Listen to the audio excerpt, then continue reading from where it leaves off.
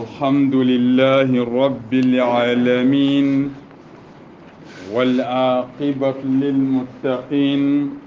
ولا عدوان إلا على الظالمين والصلاة والسلام على المبعوث رحمة للعالمين نبينا محمد وعلى آله وصحبه أجمعين أما بعد رب اشرح لي صدري ويسر لي أمري واحلل عقدة من لساني يفقه قولي ربنا آتنا من لدنك رحمة وهيئ لنا من أمرنا رشدا إخوة الإيمان السلام عليكم ورحمة الله وبركاته لنكي أرابنا جنوار قصو أبدا كبو كبو يمسوي أبدا كبو ندينا سينين وجنو في اللي تمرو كبو إن شاء الله تعالى قرآن تفسيروغا كما مصد الطيبة وألا نياغنا قرآن كي بركين أنا ينقندي أو قانون يارو مسلمون قانون جكو همانتين الله غندا يمبومغا ولو سارنون وغرم مغنم إن شاء الله تعالى وقلنا سورة الشعراء آية كنتنا كمي أدو آية كرغندنا بإذن الله تعالى اقرأ أعوذ بالله من الشيطان الرجيم أعوذ بالله من الشيطان الرجيم كذبت قوم نوح دارو وسيغندغني ogani fin konnandangani sorobenu igada allah tanan watu nakaw allah yanna kundo allah nyerondi bone be gadi kita aro bone be garni kita la akhra kotanga kamaninda kumbangando o dangani lenki kamaninga awa fin konni o dangani gelli annabi nyimmu ncerhananga aga nuhu bullamaki nuhu baba adama halle aylle annabi nyimma hunga inadi sharia annabi nyimpana oda qissanga odanga halle nuhu Allah subhanahu wa ta'ala akhbaran ko qur'ana ken gondi ata wuti soron naganga ga khirni dawa kamo kabi tankarage sine tuwanun dikenni dawa ke uccenyede kenni annabi nyimma o ke agada ucce be yana gon katta annabi nyimma on billa garnay iti nuhu yunni kamo sikisine Allahu akbar الله عز وجل أما النبي ميخي أقد الله خير نوند نكى نوح بقى نوح أما سرقة النبي ما ناتو ماني سوا سوا كتير مانيا أيا كنيم برا نيمينه أيا كنيم برا ناتو دعنا غول سودي سنتا ومسلما ونغول داوا يا بيجام ما كيغنا كهنا غول كنا وندي دانغو وارنه خيمة وارنه فارنا داوا كنا وندا غني yagaru kabiya nyama ban sunya awa da gumenye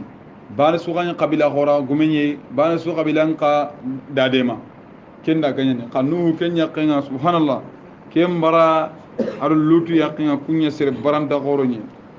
Allah azza wa jalla akhbaran ko rayran kunnati kadzabat qaum nuhin al mursalin nuhu soronga ira qifarun garandi iti Allah al mursalinan agaida ila nuhu bana garan allah kati ila qifaru nya garan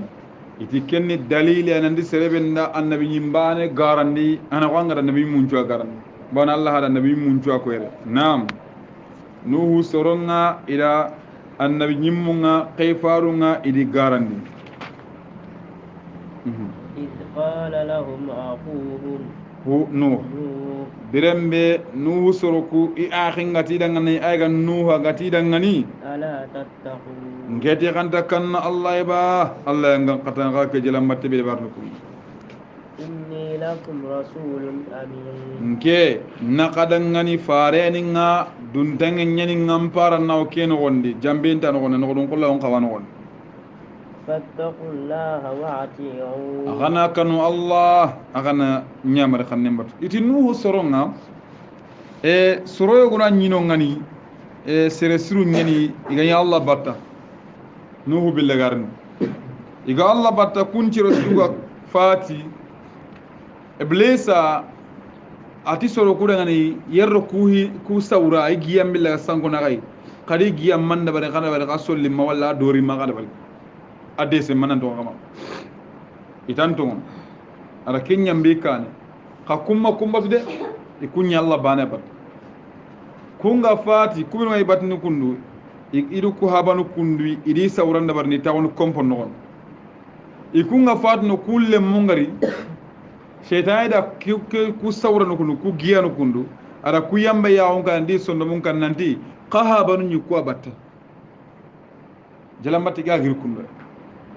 amari suratu nuh mo nagati la tadarunna waddan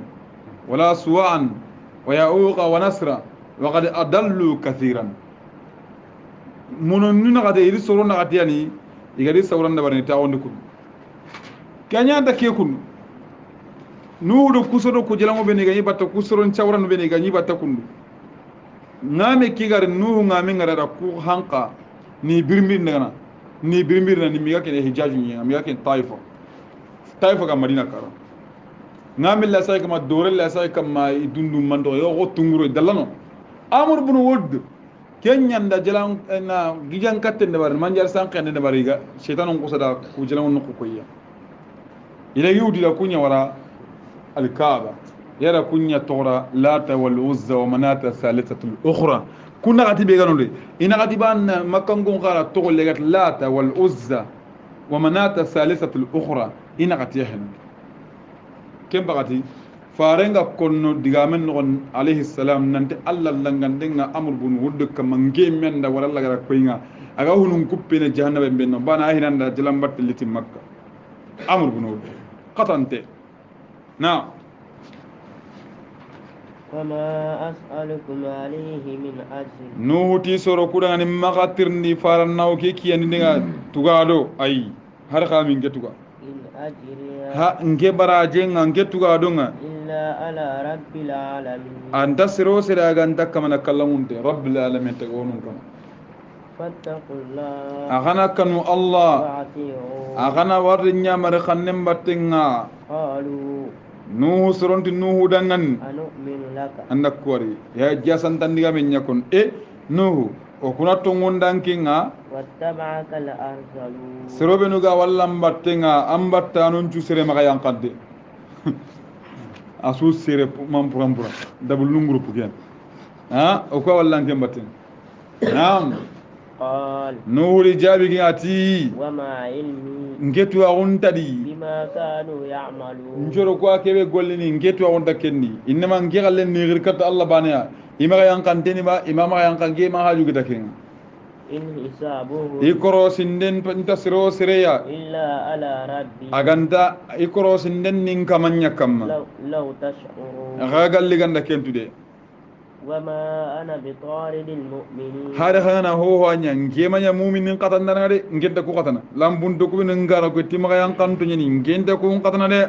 إن أنا ngemanya fofo suya إلا نذير مبين ngene gongonda na nyei na gongo bakka alla ngan qatanga gongo ke nda qur'ani nda bangandi ga kulle kulle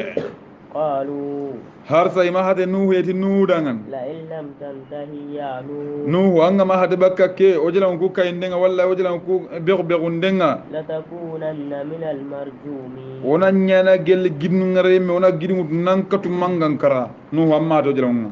قال ربي kem balle gara nuhu gara warnandi semben takhiri kita kamo kabe tangara sinanga golli banenga moyen tay jina kurungwa nuhu ten kama إن قومي njoro kukun Allah njoro كذبون idin garan ya de ikiyen bagda فافتح ada بيني ada kono qadi inni maghlubun fantasir ada ko sotu qamar nom idin nyare kama ndema de allati فافتح بيني nuti en kama anna wasanden da bar naganga وبينهم adi naganga kitanne wuccen Allah فتحا wasande ya ane kebe anda wari aga qur'ana akhulle khullenga nyinandina ونجني nkamanda nyaga anningisi ومن معي من المؤمنين ado sere suga kahene gele mu'minunga anno kiside nkama فأنجيناه Allah dali halaki yengar kotambe wala nuhu kisi ومن معه ado sere suga nuhu battenga kotanga في الفلك المشهور huren nogonni hure kebe hakkanga anti mu'minunga kota ado kampintondo dabanunga ثم أغرقنا بعد الباقين kempalle oda banuku oda kumpala kiyade oda kunyolandi Allahu akbar inna fi qissati nuhu ma qawmin la ibratun wallahi nuhu qissanga ali soronga taqasiwa no gondi na tuinde nanti allah la danyani ki har kumbane bonu nyangano ngana ani illan kupana ko nga kandendo yani ille jura ille ngutanga wayni mobe ken allah la haqqal sannam ko telende ara nyim panka doki ada ku fanka doki allahu akbar jalla fi wala onaga anda ke qissa ko ner kafin nyani وما كان أكثرهم مؤمنين ka har sa makkan kom boga be mayattu ngunda ne de وإن ربك muhammadu an kamanga لهو العزيز الرحيم allah na ranyanan tunkanga rahim hinnani allah subhanahu wa ta'ala كذبت عاد المرسلين awa oda iran konna odu ta nuhu qissa ngona tan ngani hudu khibarenga samuda gankon adi gankon ka ya nabi yimme adi gankon ayime soro khotomar nyinya kamma naam allah dali subhanahu wa ta'ala qissatu hud alayhi salam annabi yimme ngano ngana to wanu hud sura ngano allah ga to ra kya nabi yimme da kana ndang kadzabat adun adi gankon garandindi al mursalinan igara qifarun garandi إذ قال لهم أخوهم biren be i akhi sumpu bane huda gatida ngan ألا تتقون ngedi ganda kanna allah yang kada ganto ngondite allah ba إني لكم رسول أمين andin ke wari kunno khadangan fare nyaninga duntangen nyaninga mparan naw ke ga kiyo nindendi فاتقوا الله وأطيعون agana kanu allah kana awarrin nyamare kannen batten وما أسألكم عليه من أجر magatir ni faran naw ke kiyo ninga baraje de إن أجري nge barajen ta siro sirya إلا على رب العالمين ntuga don ta sire su kamma ganta taga honun kama ngetu garon nake jalla fi wala allahu akbar أتبنون angati kunga tagandem bane wala ken ko yam ko to siranji tagande ari gan kon tagande de ari gan kon tagande de ari gan kon tagande ati dangane atabun ko ko ikunga rat tagandi qoto ben tagay gilel lagan na karna horo ikawa kunyi ati dangan atabununa akawata kanin bi kulli ri'in tagay qotesu tagay wurubinte sun آية tagandi qote nya ga ina kara tagumancenga تعبثون aka kulla na sanga dingiro kafir ko haro mani wakende baran yanno ko kallamunte ko taga iga kina nan taga sanga ko ya dingira ngino sin sorin sanga no nas ma kubino da duwanu qulatu ngai wakun allah ha yanno ko qoron daga taga na farambon na gemundi na de ko sanga dingiro awai da wutu gelle halle al kufru kulluhum milla wahida kara kifama kafir jina dina bana kama suna milla bana kama inam وتتخذون مصانع akaga lampanun tigini kunno gondi ko bunka gillugo kunno لعلكم تخلدون amere kaga lamine kunno gonna kagunda simma ko lamine kunno dunan gonna ka kombo qoton tagana white house ameriki presidential ki president kompeke kunno kamo siki tandume kompe ano sine sonna president ana urbane wini kombo bano angana wiki kompe mawaga kamo sinen kontine kamo siki tandume bitwa kamo siki tandume kombeano ha lenkanga na wiran konne ananta wina anaga mawa ga anime white house kamo siki tandume kombeano anga kesu manantwa e masago hiya masago hiya nam korasudi kombo kurumban sinen no ya kusu tagaro mania duna ha Allah akbar igay kombe kebe ya kencine abiyon mbara kombe kebe hanka ken kombe me maydman na itiba taga na inda dugu tay har hankin ngari walla ngana masala ngana mda awa abiyon nan ti watakini ya taw sakso banya kama luqul laqanakum ana masru كي قلت لك يا اخي من اللي جنبي ها الله awa ken kombe be gara aga ni dunan gonne aga kinga kenu ken yi ko lamci gonne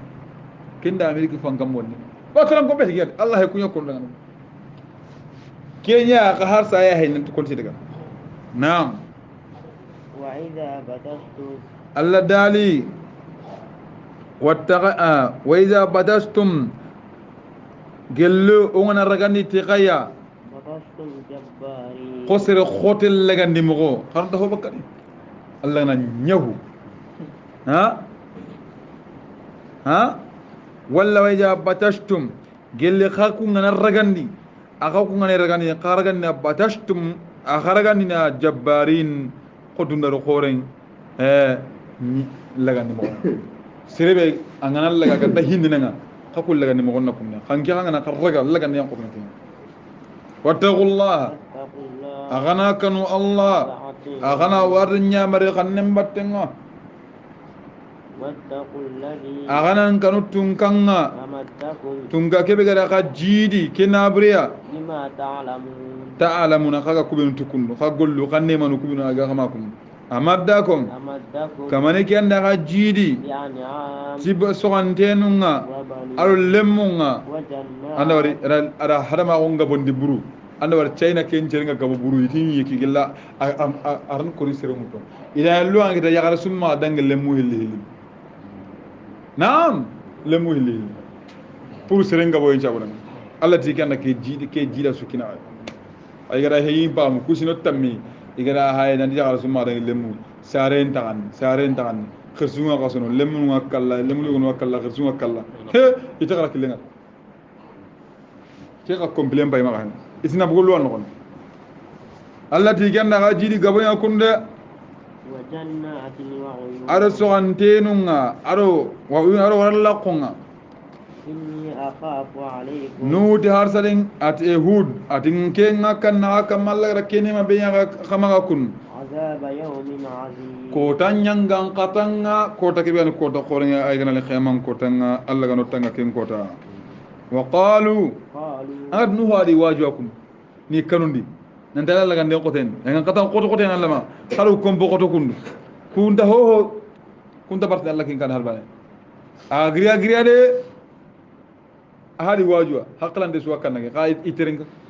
qalu itinu dangan eti hudu dangan hodo سواء علينا aswambaro kuma mene أوعظت ando wajiba ando kawandi ba أم لم تكن من الواعظين walla gammanya wajindana aswambaro kuma an kawandi mala haranga do duhan makay ke o kama men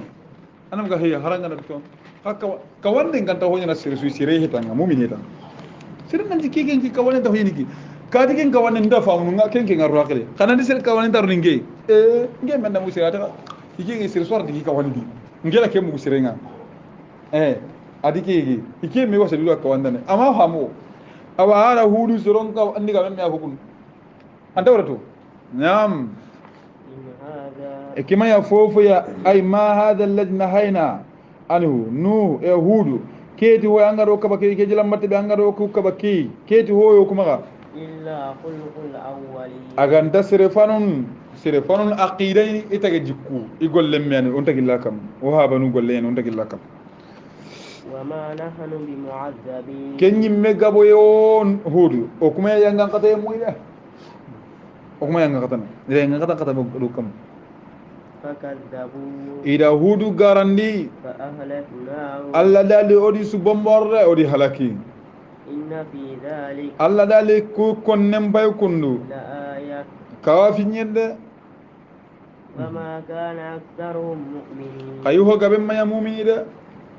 وإن ربك muhammadu ankama لهو العزيز الرحيم alla aranen tunkanga rahim hinnani allah كذبت ثمود المرسلين wolli kada samuda gankon kay salihu soro salih annabi nyimme yana kay alla gara kay kata duna dun ko nunga samuda gankon qabila yo gadna samuda gankon iga kundu alla dali odi khiwarin ko halle sura ngano suratul shamsu alla ikhbaran ko no salihu nyogon nan khibaran ko ni suratul qamar kanu gondi kem bagati itinda to ngoni tay mangana kafir nyogomen nganari saudi salihu la alla nyaga nyogomen nata bo gide nyen ko nari kem bagati iga ijarabi lo kenyo me abaten lagu timi ganda yaagi mure ila kari alla di halaki kadzabat samud gan kon garande al mursalinan ida qifarun garande oti ngana qifar bani garandi anna qifarun jo garande enam إذ قال لهم أخوهم birembe samud gan kon ay akhin gati dangan صالح akin salih wa ألا تتقون agara digambani kya koyren ati en choro aganda kanna Allah yangan katanga ba إني لكم رسول أمين nke kadangani fare nyeninga duntang nyeninga mpar naw kinogon فاتقوا الله وأطيعون agana kanu Allah agana warren nyamare khannen batten وما أسألكم عليه من أجر magatir ndi far naw ke kewni no ni geli barajede إن nke أجري barajin da siro sireya إلا على رب العالمين agantana tagonun kamanye nke tuwarun nake أتتركون ما فيها هنا aha atazunnuna annakum satatrukuna fi dunya atatrukuna fi ma ha huna ahaguna simma nanti kebe gayron konne kundu aganda kutto koyre aba آمنين edun tangunto mukhladina bila maut aganda simma aganda kutto koyre aga to koyre aga aga to ko kedna no gonere gonne gadun tangunto kallente hagunda ke simma atazunnuna annakum kakunga kada ke simma nante kanta ke duma tokko agada ke duma tokko yere kama asimandi ke duma tokko yere konne agadum de on doge mo bede kakallaw في جنات وعيون sogantenun no gonde aro warallakunga وزروع ونخل aro wazur'in وزروع aro sogantenunga ونخل aro tamarunga تلعها هديم tal'uha sogamponu kube tamaru kube ni gillunga ne hadimun ilemunte isire sire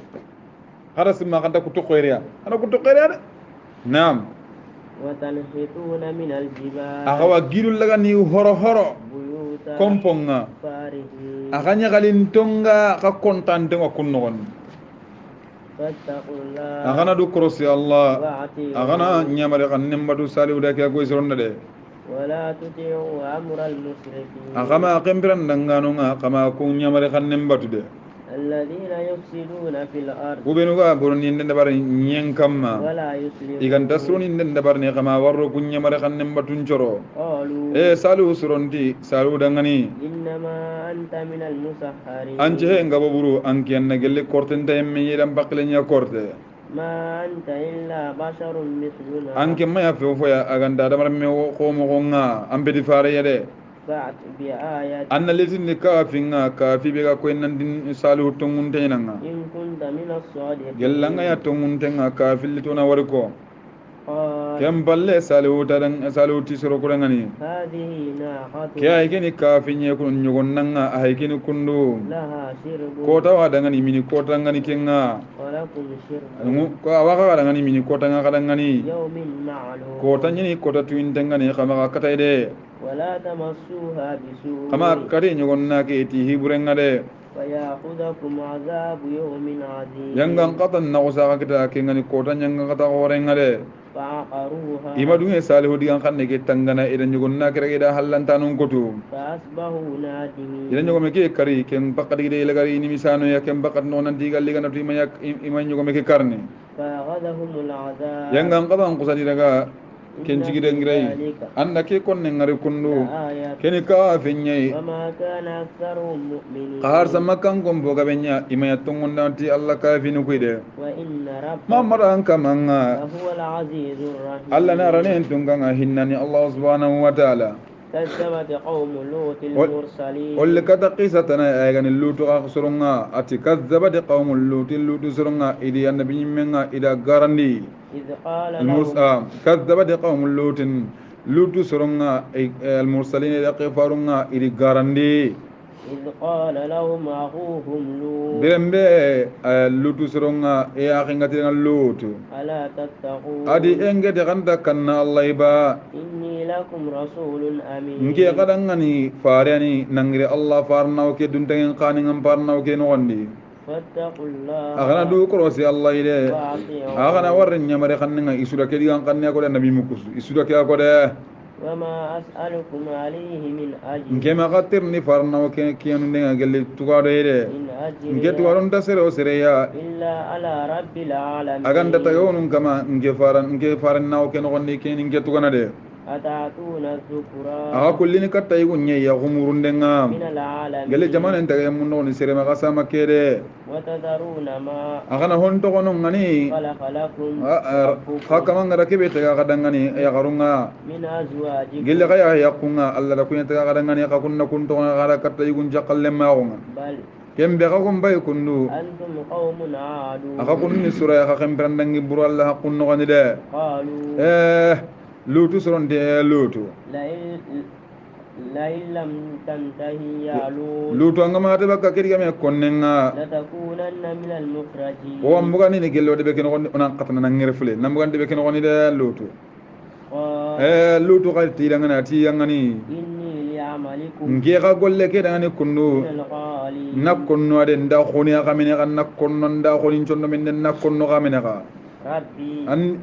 lutu te en kama نجني annin kisi وأهلي andin dun konu kubino watungoni ndimbattenga مما يعملون iga golle ke be golle ni kundu ke golle dan kante kundu annin kisi bakka en kama فنجيناه Allah dale odan nunu odan lutu daga odan kisi وأهله ari dun konunga أجمعين isuka homantenga odi kisi bakka golle ke odi kisi yangan kata ki gaide إلا عجوزا في الغابرين aganda yangan qas ya garen qase ke be kanu woni kunnu lutu yaqenga aken kay gelli surunga anya gelli halakanu ngade ثم دمرنا الآخرين kem palewra banu ko abenu ge bugi halle odi su bomborre odi su halaki وأمطرنا عليهم o tegendi kamma مطرا kambatte kenga agen ko chunjen kambatte kenga فساء مطر المنذرين gongo ne munyilla karambono de ogara ko ben gongo anya kammo illenga karenya kammo anya halaki ngi dangande bono ko dikita de إن في ذلك anda ko konne ngari kundu لآية ko ka finyani وما كان أكثرهم ka har mar men po ga be manya imaya tungunda no makkan ko mara tunguni ya harda de وإن ربك muhammad an kamanga لهو العزيز الرحيم Allah ne arane tunga rahimu hinna ugara aya sugara ko nabi muqisano onda tata aya kala garinga Allah na kidiyame kono wa inna rabbaka lahu al azizur rahim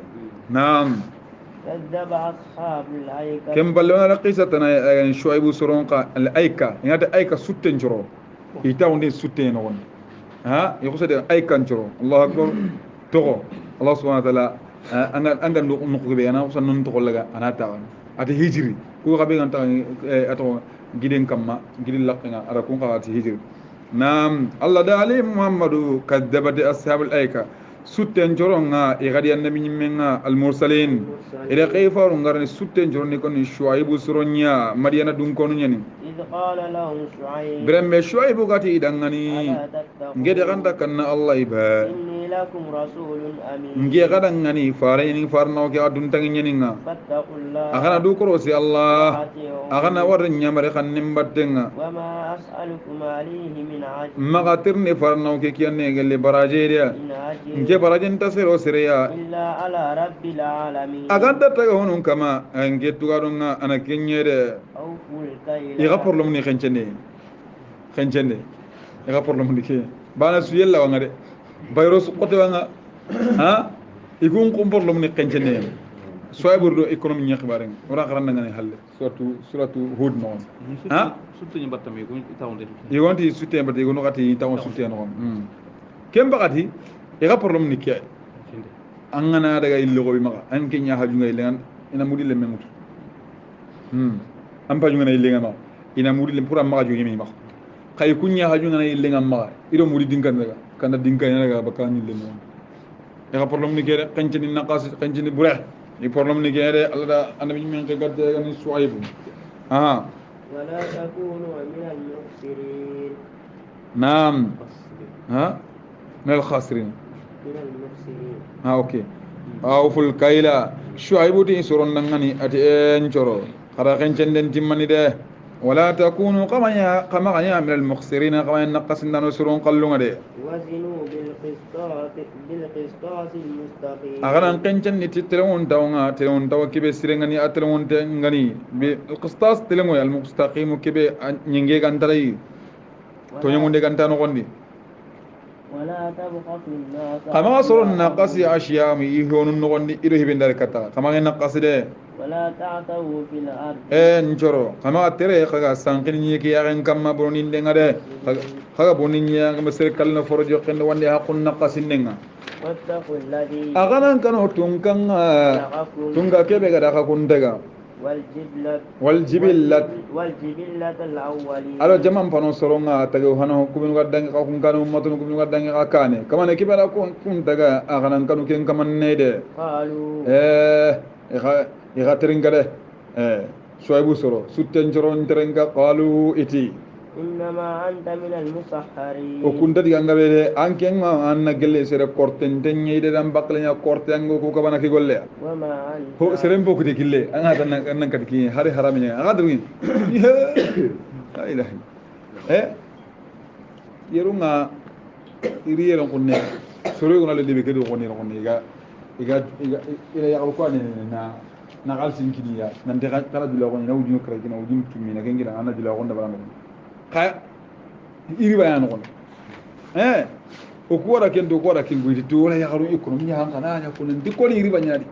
kawara ko soro ne gara famu kundi kitembul le mbosi baka iri ba ko la ngoni ina galsi kinanga ya ta na kasu sikina de magal ina katanga ina konti mo ngana kebe kita anda pam haqqeni kun ma ga kum bakam kem bakati wala mo ko jukay amani nam ekonomi en Allah dali nam وما أنت eti shuaibu an kem manya amanya fo suya illa basharun مثلنا aganta haramar men o mo kede isu na tan den ke tan annabi nyimmen nan ne manya annabi nyimmen nan kana malaika ina ke ko Allah kati malaika ngal lenta to ngedi nam وإن ظنك wa ma ati shuaibu oku wala kebe simmatanga لمن الكاذبين oku dan kana on non yan ken nagel garanta khore فأسقط علينا sa kebe gal nganda dabari fa asqit alaina kisafan كسفا anna kutiye yan kanno kam kya akwa nintam anna kutiye yan kanno kam mare gel yangan katanga kam mumbaynga إن كنت من الصادقين gellanga ya to munde ndandanga ni ku Allah wanta su kudo makango juban idan an gana sikka serne mo ma dilanga kenna nan dilanga he kemma bawne Allah kafiri o muslima wana sunyiminia ana sunyiminia kem bagdira ange adi har kafir na langa an langa na dingirano ke fasiki maga yele sunda ko serbe to munten imenti sizakidaw ha keni odem awra ko nangi sere wali makkan ko banyati ti ati makkan kun kencere ande makkan ge na ako kencere na terante hakun joro mabire ya garanya mare hakun dunga joni ya garanya ma wa nabi menti soronda bire ya garanya ga mariya ata hakun joro yam jasan da sudi bo kunyanti faran da ngani gella ngane ando ke ba tungunya ngani yang kata lokam ku illi kan ya gawin tan ngami ya garna mara ado yang kata nyang kaduka anyu wo mulle buru keni now قال ربي suwaibuti encoro أعلم بما تعملون ati qala ati rabbin kama alam bima ta'maluna kama nyina tuntu ha kebe golle akado yang ngada be gang kabala na kentu فكذبوه ida shuaibu garandi فأخذهم عذاب yang qatan ni raga يوم ذلة israngun ko tangade ko tambe gara mekko mi israngun manyelli tabullu kuriya kana mekko hono ko israngun gabo kede itlen ke muro mindiri ya problem nya mindiri nam إنه anna Allah wa kunnu كان عذاب يوم عظيم innahu annake siram war kundu manade ke tabullu ko rek anya yangan katanye yangan kata kore ay ko tan ngande إن في ذلك annaku konne ngari kundu لآية ikawa fi nyai kede وما كان أكثرهم مؤمنين qar sar bram mum foga be manya tungoni ndane de an kamanga muhammadu لهو العزيز الرحيم Allah ren tunganye rahim hinnane aray raganya matkiyaye nam وإنه muhammad annake qur'ana war kundu لتنزيل رب العالمين ken yang qawe nangri tagonun kamanga de نزل به ruhul amin senna on panke jibril ala ayran yankade wahyu nyina daga yanka Allahu akbar على قلبك muhammadu jibril ke qur'an rina yankande anke muhammadu sonno men yakamma تكون من المنذرين qur'an nanya gongo nayati qur'an kede بلسان عربي qur'an ke kunna ayan qata arabin kan bangante arabin kan ina bangante fasaha be gani arabin qal feki kede original kemen qur'an ko kanne nam وإنه anda ke faare war kun muhammadu لفي زبر الأولين muhammadu fin gonne wala de anar ke qur'ana kun Allah wakinni su wa innahu ki wa innahu kun ar wakinni su wa innahu ke muhammadu kundu afin konnenga lafi zuburul awwalina afin konnenga kitabe hanu nogonde anelet wa innahu ke qur'ana kundu lafi zuburul awwalina afin konnenga kitabe hanu nogonde ayini suwa ka kesko mande garan ira garanin barade أولم يكن لهم آية gadi kema ya makkan kon nani kafi ba dalile kiwa se makkan kon nani dalile an yala mahu ulama bani israil بني إسرائيل bai sai daga kon to anu ngada ke kirabe tu aro yara ke annabi mitu kina wasi daga makkan kon dalle bon bai sai daga kon to anu nga al yahudu ki watu pai ida khibaran ko ko makkan kon da ida mugi torondia isa ya kamene ga khayle bal ki wasi daga kafi mama ba bos kem bakati ho nda jakasi makata ile la katta baselan kan kono koy ale hono koy yatir nan di kenmani oda mu nan di kewayna etto ngini ba ngadi anya asa kila wasen allati awalam yakul lahum aya ngedi kema yamma kan gon ngani gafi ba natu ni ndam ange mamani fare nyen nangri allah an ya'lamahu ulama'u bani israila baselan kon to ngada kidabe tu qabul labun salam di kabballem ولو نزلناه الله دالي او قال لي انك كتاب ينقني على بعض العجمين حتى من نقن نينو ولا قنيله من نينو انا عربي قن جاي انا تقنسو اغايتي عربي الله دا سوغري قنيله ماي ara سوغري ادم قني قنسو كم بعد الله تو قال لي ان القران ينقني انا عربي قن جاي فقرأه عليهم سرنا نارنا غرا مكه غوكما ما كانوا به مؤمنين اما تونين انت تون يا سيرتنا اللي هودنا كوكما غيرون كوني يري اندر ولا كم بغادي عربي قن سلام غوين عرب مرغي نعم كم بغادي يجي دوما مكو بي اكوتا يجي داغا داغا بي يا كوتا بو فصاحه بي يما نيلي وون تو بي يرا ngana sigi diga pang pang pang kana hillo sigi mbay dangal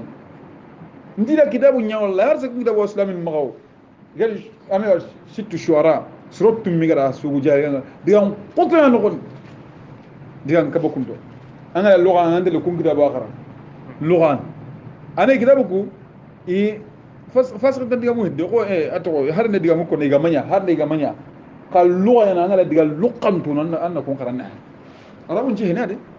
نعم كذلك سلكناه الله دالي محمد مكه ngoko baratong woni kundu iga baratu wonni andi waru ay rato ka payna ndike kitabe kunna gira allah kadhalika muhammadu angara ni mo ke kunu makka ko angara ni salakinahu wala kadhalika ke garani mo kunu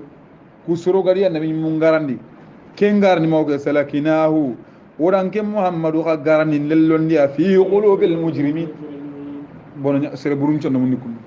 soro hanan gari annabi mun garani mo ko bede ke garani mo ko odan ka garandi ndenga naro maka ko sonno mon non nanti to wonde est-ce que gadi yam wala لا يؤمنون به ko ben wada to wonde kitabe ke o dan ke muhammadu garani nelle ko ko sonno mon dia qur'an ko tende na allah ga no faamu ni qur'an ay حتى يروا العذاب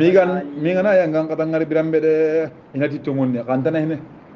فيأتيهم بغتة yang ngan kata kenal kat ya juwe ya khema wa hum la yashurun ana yakun tatu de inda baggas la gada haqqali be فيقولوا iwatini هل نحن منذرون yalo ko dugundi yemmu nyeba yalo ino dugundi na ba hal nahanu mu ko hala ko nagel halakinte yemmu e go dugundi ba أفبعذابنا allah dali muhammadu ngedi gedo ko yangan kata nyini ba يستعجلون iga kayni ba iga qortini ba o ko yangan kata iga qortini ma qorti o nam أفرأيت ay muhammadu ngedi kum ma wale ba إن متعناهم ngedo hana makkan ko kum dagal lemma o dunan o dagal lemma o sinan kon diga be ثم جاءهم ما sa holli katiya كانوا يوعدون o wala kebe yangan kata nyine ida ngala gar katiya ene mane bakari o ngana hari ko dagal lemma o sinan kon diga be ni holli katiya yangan kata le katiya ari halaki kentinan kon diga hos am hosro ya ما أغنى عنهم ما كانوا يمتعون هم يندن بكي كما هم هن هي ما أغنى عنهم أما هو هي ما كانوا يمتعون إذا دخل لما أنت كبي ويجيل كبي سها كبي ونيما كبي وقال ينيرانني يعني قطعنا الكتيا كنت هو هسرونيا نعم وما أهلكنا من قرية وما هلكني قال لي بيا إلا لها منذرون akan ta gongon na nyil ora faare nya de be sugari o gara angara mun to gara halaki ora faare nya de o ma halak kundun kundun de ذكرى ken fin ko nge muhammadu وما كنا ظالمين wana dikira fin ko nge aga ini simmandi dengan nanti kama nya de kala kewar kala kide barre annabi melli yede kingade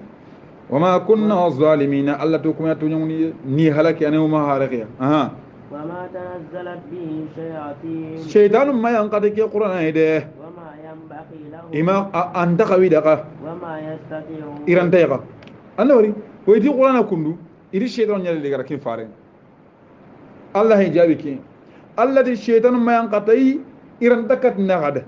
anta qawida nganiga wama yastati iran takat na yanqaniga shaytan lan yanqan nam إنهم عن السمع anna shaytanu ko rebaka qur'ana ge teren kandenga لمعزول iqatan tuen rande kharne kullatuna o tawra ke sasamu ander dirbijan aro ken dawoya فلا تدع مع الله إلها آخر ma ghirne kayni allah kamanetana ide muhammad فتكون من المعذبين anna ya gel yang angkata yimmi angana hotana khir kayni allah anyang angkata nade allah gano tanga fa muhammad tawtai فأنذر عشيرتك الأقربين muhammadu annanga anga khinu ammaren karun ko ampaban karun ko anni gongo ammaren tinto anni gongo kin aya hanan nyede ko ayan kun kaya kun kin gel aya hanan hanan farenga kaya ga anka kamata araga sig safa giden kamma ga makkan kon khel nam واخفض جناحك muhammad annan karan nyagayan magayan kannan kampom magayan ka لمن اتبعك soron dangani ko no gara warram battenga من المؤمنين gelli mu'minun ngade فإن عصوا gelli muhammadu yana kuta فقل annanti إني بريء ngeni barana ngela tanyani مما تعملون nke barinte bakka honga ka kebe gollini de وتوكل على العزيز الرحيم anken nantu ge tunkarani nan kamma hinna nan nyani tingal Allah gani الذي يراك Allah kebe ga ngalla حين تقوم direm be ngana sikki sallen no Allah ya gani nanga وتقلبك ada nyillan ko pe mo nga fi sajidin sujuden no wonde ngam ko salla ya gani nanga de إنه anda Allah wari هو kundu السميع العليم Allah ni mukana tu anan nyini Allah de هل أنبئكم ya la inta khibar ni ba على من تنزل الشياطين sere shaytan ngo yang ka sere kamma karna kaman ko nagada shaytan ma yang ka faran kamma تنزل على كل أفاك أثيم te shaytan to ko yang kana garanta qorenya kamma junyanga na modun talibe yang kana kunya kamma يلقون السمع iga mugun terenkana وأكثرهم كاذبون iho gaben garanta nyani andabari garanta qoro mun talibe ko kebe terenkana bakashi to kuma garo nyini والشعراء sura ke tore ke wa shuara shugano يتبعهم الغاوون awa ati shugano qawmina wala di batin ama Allah ba sugana be ko be wala sugana ba tanun nya be ko be sugano kubino ga sogonti midi batte galle gene dia igate li batte igi terengana ati qaw naam ألم ترى أنهم getan ke ma sugano ko wareba في كل واد wala sugano ku terengana waral lakke so war junguran kambe so jaman nuqusu yahimu iga nyogo yo na du son tomba galle gene Allah ko iga du nyogo yo nuqusu ga gili batte ajungene tayonge anagi la nyungo nyungo ah وأنهم يقولون sugana mbai ga kibe konni kumbai na honya kono mala ya kon iganta kibe de barni anni mu konna kibe bar kira ke kininga kira milio kini ngare idi kya kunu kote go sugana e gwani sugunu aga agosara ko sugen no na ya garin param pare go xibaran ko de be non nanti kiro kenya ar sanga umo gara mu wati khara ga katu khara ga ona katu jaga jaga aro ki ar sanga ara kya ya khara umor ben atu mor gitan ke malla magati tiga kebe ko no indara bar garanto eni gitan ke malla gadi yaquluna mala tafo yaquluna mala yafo ina honya ko na ga takebe bar agosa mun limu gula halaga ba aga ba ayali dikuma umar ken naam إلا الذين آمنوا aganda sugono benu gani iga tongoni ti Allah yi وعملوا الصالحات ira sugi ki wara ida golli siren golli وذكروا الله ida Allah fin ko kasira sugi ki batten no gondi وانتصروا ida demande ne barti dinanga من بعد ما ظلموا hom balle gay toro walla iga tonyon den de bari وسيعلم الذين ظلموا mayemmun ko ngaratu kubenu ga du tore ngolle gijan katondo sugano kude أي منقلب ينقلبون min nani sage dingiranga igan qawli ne katanu ngani kallem palle migratu de sura kenyime so hakatin kanyime minute sikkan to hakatinga ada koyo nan sura ke kenyime kita inshallah ona Allah nyaga tabaraka wa taala Allah ganda sibitire ko jamdo khair no gondim sibitire wona ngir suratu namul boro nyille ke bi Allah gada akhbaran go yani suratu namuli wona hoko ken akhbar no qissal limu wa no gondi inshallah qissal ko et limu kunna taqasina qissal ko no gondi Allah gada kusoro halakali maniya ila mayde bari ila garunya kammu anna taqasiti kinga inshallah ona Allah nyaga Allah ganda wali halanciro Allah ganda wala garunciro golle ke Allah gana timmi mo sirinya wada ngani Allah ganda yam ko ma odo sarano no kharam mo gono qur'ana ke barkinga Allah ganda yam kandu o kanum no ni adu muslimun kanum ci ko man ten no gondi inshallah taala wada nyaga Allah azza wa jalla Allah ganda wali halanciro ndi Allah ganda wala garunciro Allah ganda wala garunciro Allah ganda wala garunciro ko me jongarum ta goto ana kanin ta goto Allah garu e sennan kan Allah garu Allah ganda wala garunciro وما ذلك الله بعزيز إن ذلك لله يسير سبحانك اللهم وبحمدك أشهد أن لا إله إلا أنت أستغفرك وأتوب إليه اللهم صل على رسول الله. من كتا سبتيري جمل خير.